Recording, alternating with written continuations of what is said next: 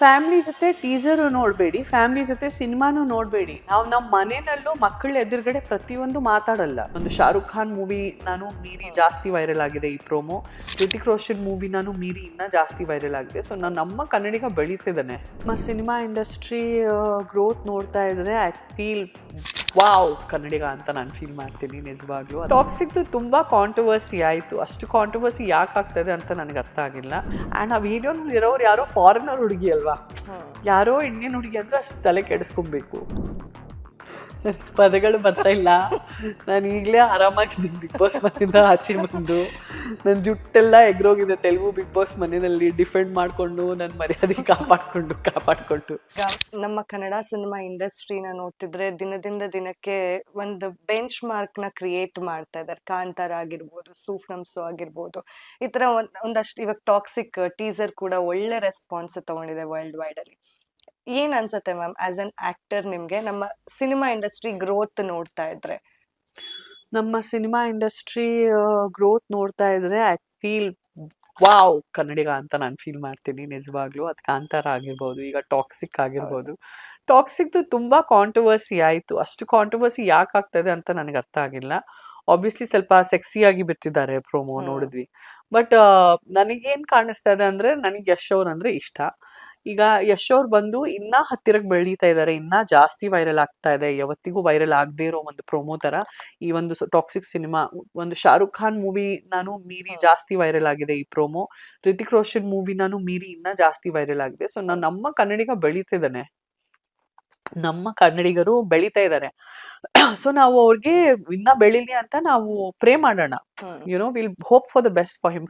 And ಆ ವಿಡಿಯೋನಲ್ಲಿ ಇರೋರು ಯಾರೋ ಫಾರಿನರ್ ಹುಡುಗಿ ಅಲ್ವಾ, ಯಾರೋ ಇಂಡಿಯನ್ ಹುಡುಗಿ ಅಂದ್ರೆ ಅಷ್ಟು ತಲೆ ಕೆಡಿಸ್ಕೊಬೇಕು.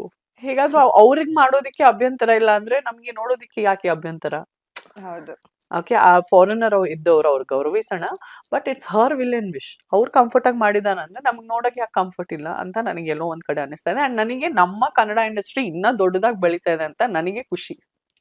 ಅಂಡ್ ಆ ಸಿನಿಮಾಗೆ ಅಂದ್ರೆ ಟೈಟಲ್ ಸಬ್ ಟೈಟಲ್ಲೇ ಇದೆ, it's a fairy tale for grown ups ಅಂತ ಹೇಳಿ. ಬಟ್ ಸ್ಟಿಲ್ ಇದು ಮಕ್ಳು ನೋಡಕ್ ಆಗಲ್ಲ ಅಂತ ಹೇಳಿ ಒಂದಷ್ಟು ಜನ ಕಂಪ್ಲೇಂಟ್ ಕೂಡ ಕೊಡ್ತಾ ಇದ್ದಾರೆ ಟೀಸರ್ ವಿರುದ್ಧ. ಅಂದ್ರೆ ಅದ್ ಮಾಡಿರೋದೇ ಅಡಲ್ಟ್, ಅಂದ್ರೆ ದೊಡ್ಡೋರ್ ನೋಡೋದಕ್ಕೆ ಅಂತ. It's grown up, fairy tale for grown ups ಅಂತಾನೆ ಹಾಕಿದ್ದಾರೆ.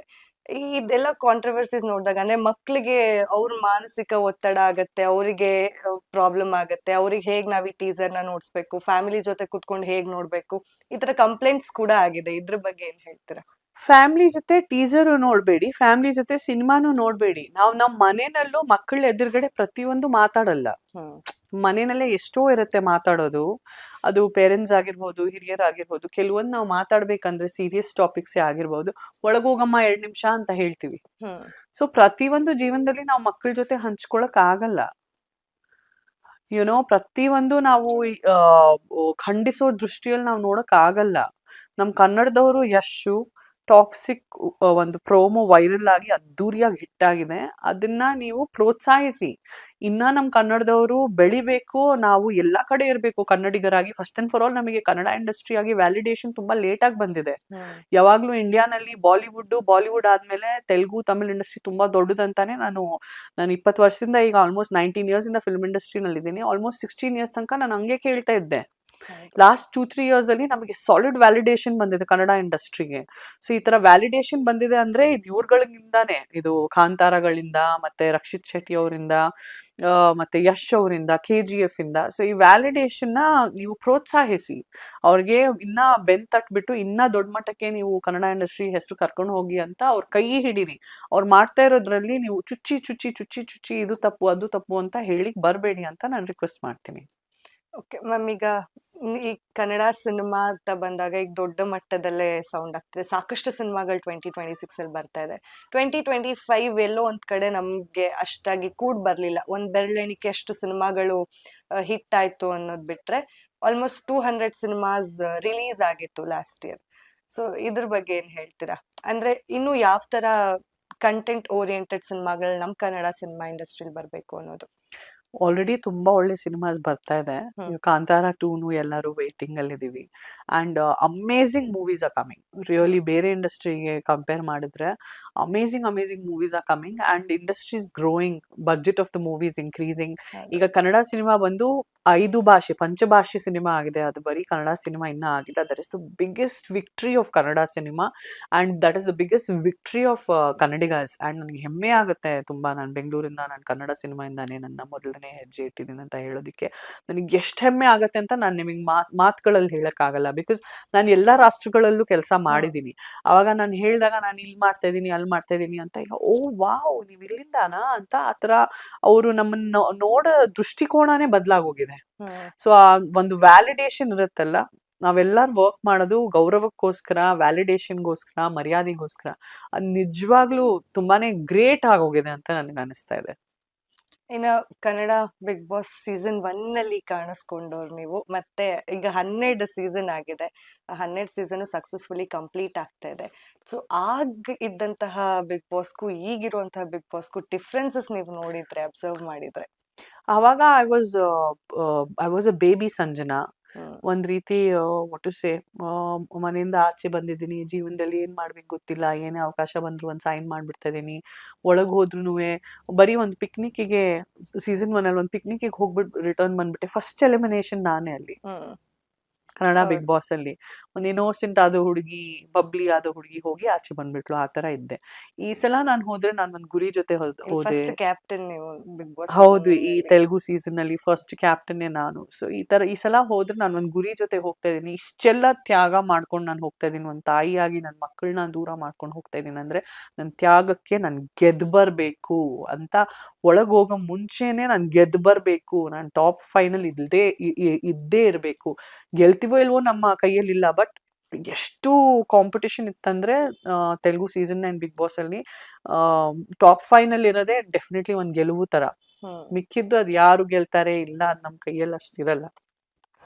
ಅಂಡ್ ಬಟ್ ಟಾಪ್ ಫೈನಲ್ ಹೋದೆ, ಅದೇ ನನಗೆ ತುಂಬಾ ದೊಡ್ಡ ಗೆಲುವು ಅಂತ ನನಗೆ ಅನಿಸ್ತಾ ಇದೆ. ಮತ್ತೆ ಕನ್ನಡದಲ್ಲಿ ಅವಕಾಶ ಸಿಕ್ಕಿ ಮತ್ತೆ ಕನ್ನಡ ಬಿಗ್ ಬಾಸ್ ಸಿಕ್ಕರಿದ್ರೆ ಹೋಗ್ತೀರಾ? ಖಂಡಿತ ಹೋಗ್ತೀನಿ. ನನಗೆ ಕೆಲಸ ಬಂದು ನನಗೆ ಅನ್ನದಾತ, ಅನ್ನಪೂರ್ಣೇಶ್ವರಿ ಹಾಗೂ ಸರಸ್ವತಿ ಹಾಗೂ ಲಕ್ಷ್ಮೀ ದೇವರು ನನ್ನ ಕೆಲಸಕ್ಕೆ ಎಷ್ಟು ಬೆಲೆ ಕೊಡ್ತೀನಿ ಅಂದ್ರೆ ನೀವೇ ನೋಡಿರ್ತೀರಾ. ಇಷ್ಟು ತ್ಯಾಗ ಮಾಡ್ಕೊಂಡು ಜೀವನದಲ್ಲಿ ಯಾರಿಗೂ ಹಿಸ್ಟ್ರಿ ಆಫ್ ಬಿಗ್ ಬಾಸ್ ಅಲ್ಲಿ ಧೈರ್ಯ ಆಗಿರಲ್ಲ. ಇಷ್ಟು ಹಳೆ ಮಕ್ಕಳನ್ನ ಬಿಟ್ಬಿಟ್ಟು, ಹೌದು. ಇಷ್ಟು ರಿಸ್ಕ್ ತಗೊಂಡು, ಮನ್ಸಲ್ಲಿ ಒಳಗೆ ಹತ್ಕೊಂಡು, ಮೇಲೆ ನೋಡಿದ್ರೆ ನಕ್ಕೊಂಡು ಎಂಟರ್ಟೈನ್ ಮಾಡ್ಕೊಂಡ್ ಬಂದಿದ್ದೀನಿ. ಇಷ್ಟು ಧೈರ್ಯ ಯಾರಿಗೂ ಇರಲ್ಲ.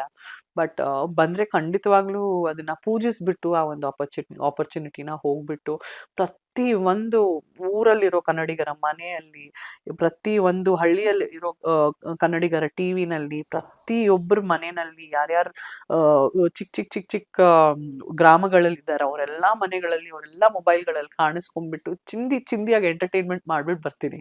ನನಗೆ ಅವಕಾಶ ಬಂದ್ರೆ ಸಾಕು, ಖಂಡಿತ ಹೋಗ್ತೀನಿ. ಈಗ ನನ್ನ ಹಸ್ಬೆಂಡ್ ಹೋಗಕ್ ಬಿಡ್ತಾರೆ. ಅಲ್ಲಿ ಅಲ್ಲಿ ಹೋಗ್ಬಿಟ್ಟು ರಿಟರ್ನ್ ಬಂದಾದ್ಮೇಲೆ ನಾನು ನನ್ನ ಮನೆಯಲ್ಲಿ ಬಂದ್ಬಿಟ್ಟು ಪಾತ್ರೆ ತೊಳಿತಾ ಇದೀನಿ. ನಾನು ನನ್ನ ಮನೇಲಿ ಬಂದು ಡೈನಿಂಗ್ ಟೇಬಲ್ ಕ್ಲೀನ್ ಮಾಡ್ತಾ ಜಗಳ ಇದೀನಿ. ಕೂಡ ಕಡಿಮೆ ಮಾಡಿದಿರಂತಲ್ಲ ಬಿಗ್ ಬಾಸ್ ಮನೆಯಲ್ಲಿ?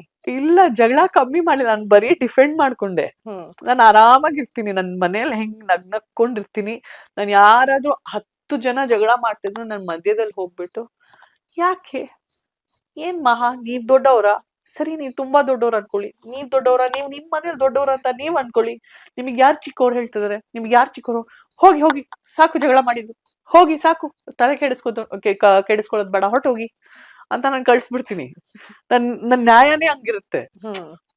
ನಾನು ಯಾವಾಗ್ಲೂ ನ್ಯಾಯ ಮಾಡಿದ್ರೆ ನನ್ನ ನ್ಯಾಯನೇ ಹಂಗಿರುತ್ತೆ. ಸಿಚುವೇಶನ್ ಅಲ್ಲಿ ನಾನು ಇಳಿದ್ರೆ ಅದನ್ನ ಕಾಂಪ್ಲಿಕೇಟ್ ಮಾಡಬಾರ್ದು, ಸಿಂಪ್ಲಿಫೈ ಮಾಡ್ಬಿಟ್ಟು ಎಲ್ಲ ಸಾಲ್ವ್ ಮಾಡ್ಬಿಡ್ಬೇಕು. ಅಂಡ್ ಏನೇ ಪ್ರಾಬ್ಲಮ್ ಇದ್ರು ನಾವು ಅರ್ಧ ಗಂಟೆಯಲ್ಲಿ ಸಾಲ್ವ್ ಮಾಡ್ಬೇಕು ಲೈಫಲ್ಲಿ. ಅದನ್ನ ದೊಡ್ಡದ್ ಮಾಡ್ಕೊಳಕ್ ಹೋಗ್ಬಾರ್ದು ಅಂತ ನನ್ನ ನಂಬಿಕೆ. ಓಕೆ ಮ್ಯಾಮ್, ಈಗ ಅದೇ ಸೀಸನ್ 12 ಈಗ ಕನ್ನಡ ಬಿಗ್ ಬಾಸ್ ಏನಿದೆ ಎಲ್ಲ ಸೋಷಿಯಲ್ ಮೀಡಿಯಾದಲ್ಲಿ ನೋಡ್ತಿರ್ತೀರ. ನಿಮಗೆ ಸತೀಶ್ ಕ್ಯಾಡಬಮ್ಸ್ ಅವ್ರು ಕೂಡ ಪರಿಚಯ ಇದ್ದಾರೆ. ಅಂಡ್ ಅವ್ರು ಬಿಗ್ ಬಾಸ್ ಮನೆಯಿಂದ ಹೊರಗಡೆ ಬಂದ್ಮೇಲೆ ಸಿಕ್ಕಾಪಟ್ಟೆ ಕಾಂಟ್ರವರ್ಸೀಸ್ ಗಳಲ್ಲಿ ಸಿಗಾಕೊಂಡಿದ್ದಾರೆ. ಅಂದ್ರೆ ತುಂಬಾ ಸುಳ್ಳು ಹೇಳ್ತಿದ್ದಾರೆ ಅಂತ ಜನಗಳು ಆಲ್ರೆಡಿ ಡಿಸೈಡ್ ಆಗ್ಬಿಟ್ಟಿದ್ದಾರೆ. ಏನೇ ಹೇಳಿದ್ರು ಒಂದ್ ಸ್ವಲ್ಪ ಎಕ್ಸ್ಟ್ರಾ ಹೇಳ್ತಿದ್ದಾರೆ ಅಂತ. ನೀವ್ ನೋಡಿದಂತಹ ಸತೀಶ್ ಕ್ಯಾಡಬಮ್ಸ್ ಅವ್ರು ಹೇಗೆ, ಅಂದ್ರೆ ಇರೋದೇ ಹಾಗೇನ ಏನು ಅಂತ?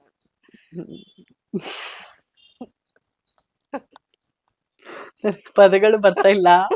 ನಾನು ಈಗಲೇ ಆರಾಮಾಗಿದ್ದೀನಿ ಬಿಗ್ ಬಾಸ್ ಮನೆಯಿಂದ ಆಚೆ ಬಂದು.